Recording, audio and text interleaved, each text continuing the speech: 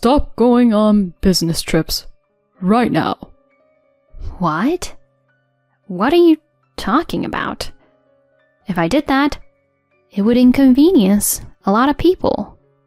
So, it's okay to inconvenience me? You think dumping all the housework on me is fine?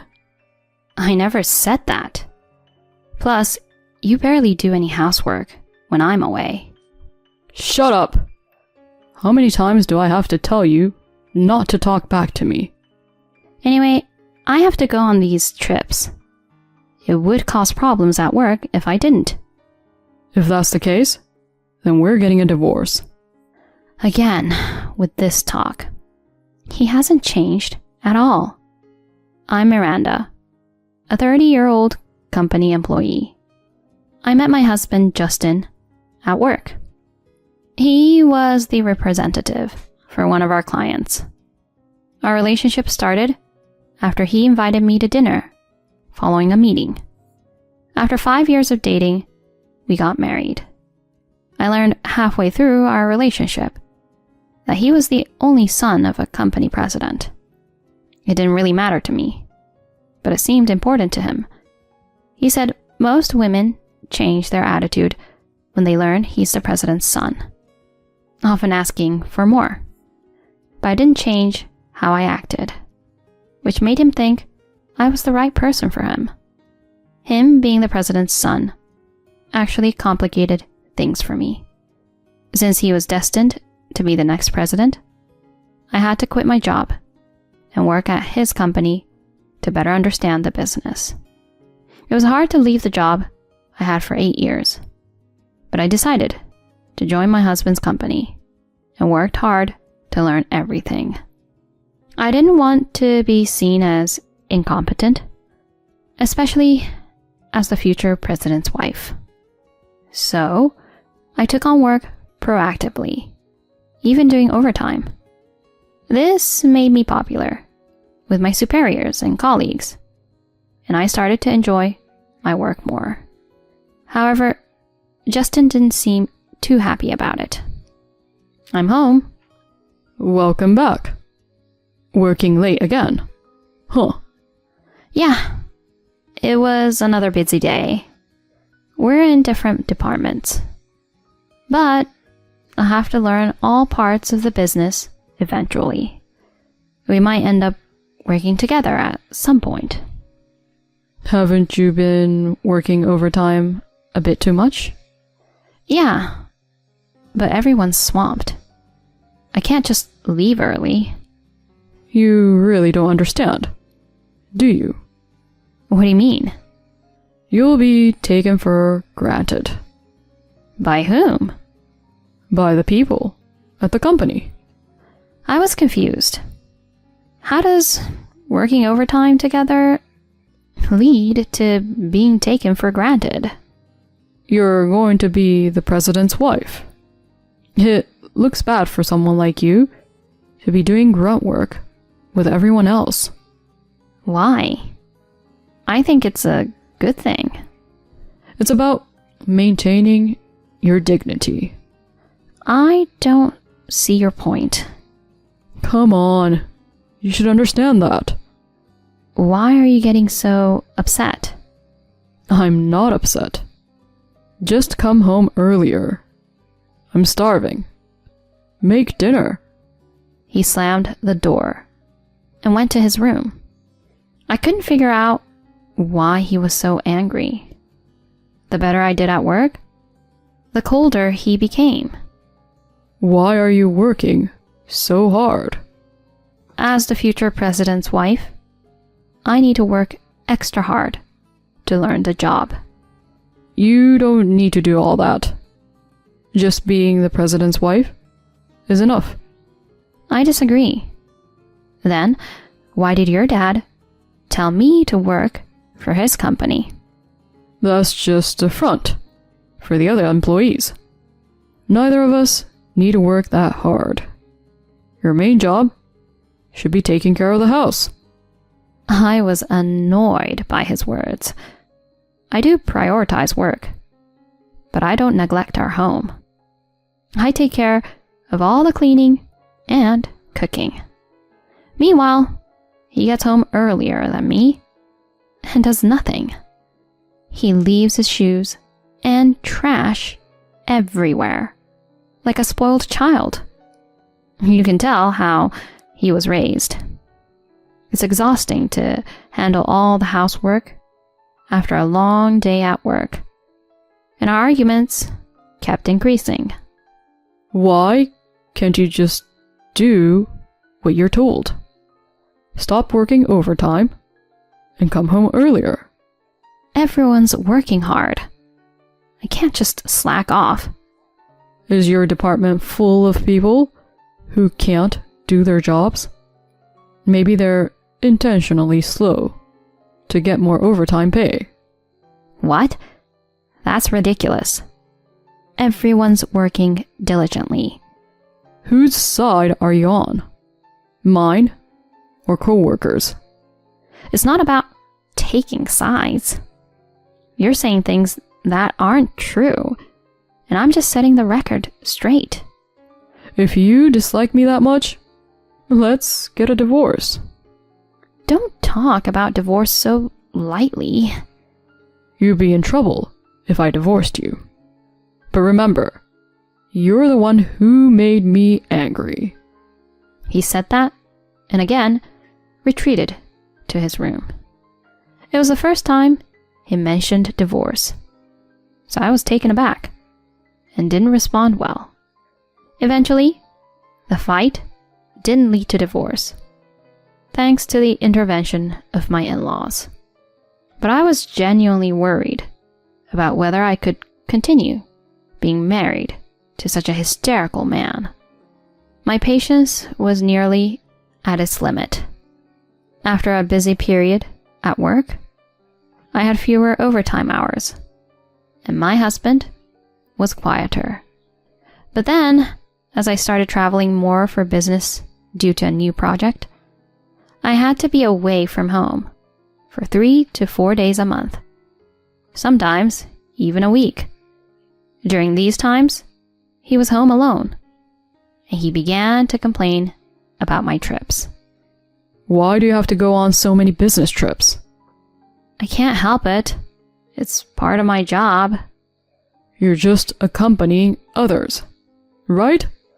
Smiling and nodding beside them. Why do you need to go? What are you talking about? I'm the one in charge, and I'm the one dealing directly with the clients. I'm doing a lot of work and coordinating meetings. Don't lie. You've been at the company for less than a year. How could someone like you be given such important tasks? He wouldn't listen to anything I said and kept complaining about my unnecessary trips. You just want to avoid housework. That's why you volunteer to go, right? His accusations were too much. It was just nitpicking. Think whatever you want. I was tired of fighting head on, so I decided to let it slide. But even that seemed to irritate him, and he confronted me again. You're mocking me, aren't you? I'm not. Yes, you are. Otherwise, you wouldn't act or speak like that.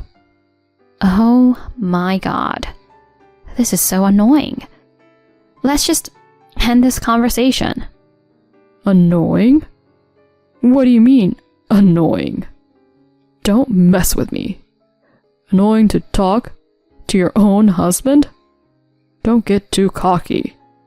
You wouldn't become a president's wife if you hadn't married me. Whether your life is a success or a failure depends on me. His outrageous statements were unbelievable. Could such a person really become the next president? Stop going on business trips right now.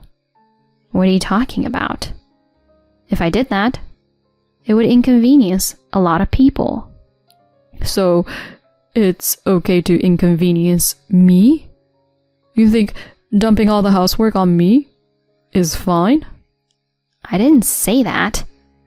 Besides, you don't do any housework while I'm away.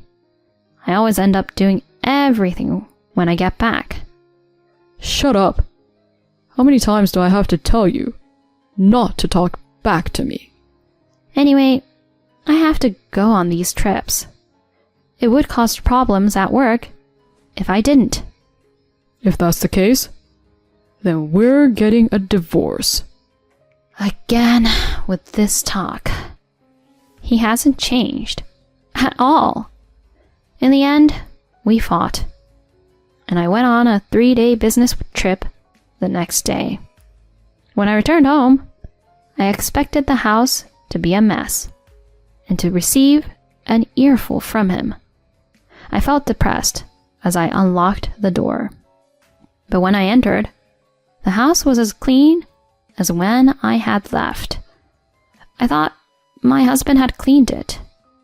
Maybe he had finally listened to me. But my happiness was short-lived.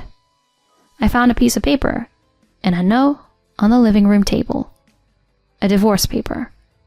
And the note had a message from him. This is your fault. I'm serious about divorcing. I've gone back to my parents' house. If you don't want a divorce, come and apologize. What is this? He left divorce papers and just left. And his part was already filled out. Perfect! I was more delighted than I had been in recent times. I immediately filled out my part and submitted it to the office. With my parents' help, I moved my belongings back to my home. I had successfully left the house. Justin called a few times. He was probably impatient because I hadn't come to his parents' house yet. I ignored his calls and went to the office. I then went to see the president, my father-in-law, and afterwards, we went to his house together. You finally showed up. Why are you ignoring my calls? What's your problem? Exactly. How dare you act like this as a daughter-in-law? Don't get too full of yourself. Hey. What kind of way is that to talk? Dad? Why are you here? Why are you with her? They hadn't realized. My father-in-law, Nate, was behind me and had been rude to me. It seems what Miranda said was true. Dad? I don't know what she told you, but she never listens to me. Right? You know it too, Dad. She's slow at work, volunteers for unnecessary business trips just to avoid housework, and does whatever she wants. Fire her from the company. Make her focus on housework at home. His self-centered words were unbelievable. I decided to stay quiet and let Nate handle it. Justin, you're really hopeless. Miranda has earned tremendous trust from her colleagues in the same department. She's very capable. That's why she's trusted with important business trips. And you? What about you? Barely working, always slacking off, harassing female employees, asking them out, causing trouble. Moreover, you leave work right at quitting time and never do overtime. I've received complaints about you, not only from your department, but from others as well. I can't let you continue to damage the company's reputation just because you're my son. It's not Miranda who should be fired. It's you. What? Wait, what are you doing? That's too harsh. Oh, my poor Justin. Be quiet. It's because you always coddle him that he's become so entitled. I know I'm partly to blame too. I tried to discipline him whenever necessary, but every time I did, you undid it by buying him games, clothes, whatever he wanted. That's why my lectures never sank in. If you continue to spoil him like this, you'll have to leave this house too. That would be a problem. Dad, what am I supposed to do if I'm fired? I can't do housework, and being a stay-at-home husband would be embarrassing. Stay-at-home husband? What are you talking about? What? Miranda has already filed the divorce papers you presented to her. What? Hey, Miranda, why did you do something like that on your own? Oh, your note said you were serious about wanting a divorce. I felt the same way, so I filed the papers with mutual consent. You're kidding. The one who's been joking is you. Do you have any idea how much unreasonable treatment she has endured from you? Miranda, I'm truly sorry for my foolish son. No, Nate, it's not your fault. The house you and Justin were living in is in my name. I'll cancel it right away. What? What am I supposed to do? I've arranged a good job for you through an acquaintance. You can go there. It's a live-in position. Really? Dad, you do care about me. That's great, Justin. So, what kind of job is it? It's farm work in the countryside of Texas. They're short of men, so you'll be valuable there. What? No, you're kidding. I'm a man of my word. You're leaving tomorrow. I've even booked your flight ticket. No, I don't want to go there. Then, I'll have no choice but to disown you. Wait, would you really do that to your only son? If you don't like it, go work on the farm. Don't come back until you've changed your attitude. But, Mom, say something. Help me out here. His mother, having just been warned by her husband not to coddle her son any longer, averted her eyes, unable to offer help. In the end, my ex-husband was sent off to rural Texas the next day. The place apparently doesn't even have Wi-Fi. He's now stuck in a land with only large insects and elderly folks doing farm work from dawn to dusk. Having always relied on money and modern gadgets and chased after women, this situation must be quite tough for him. It's a true case of just deserts.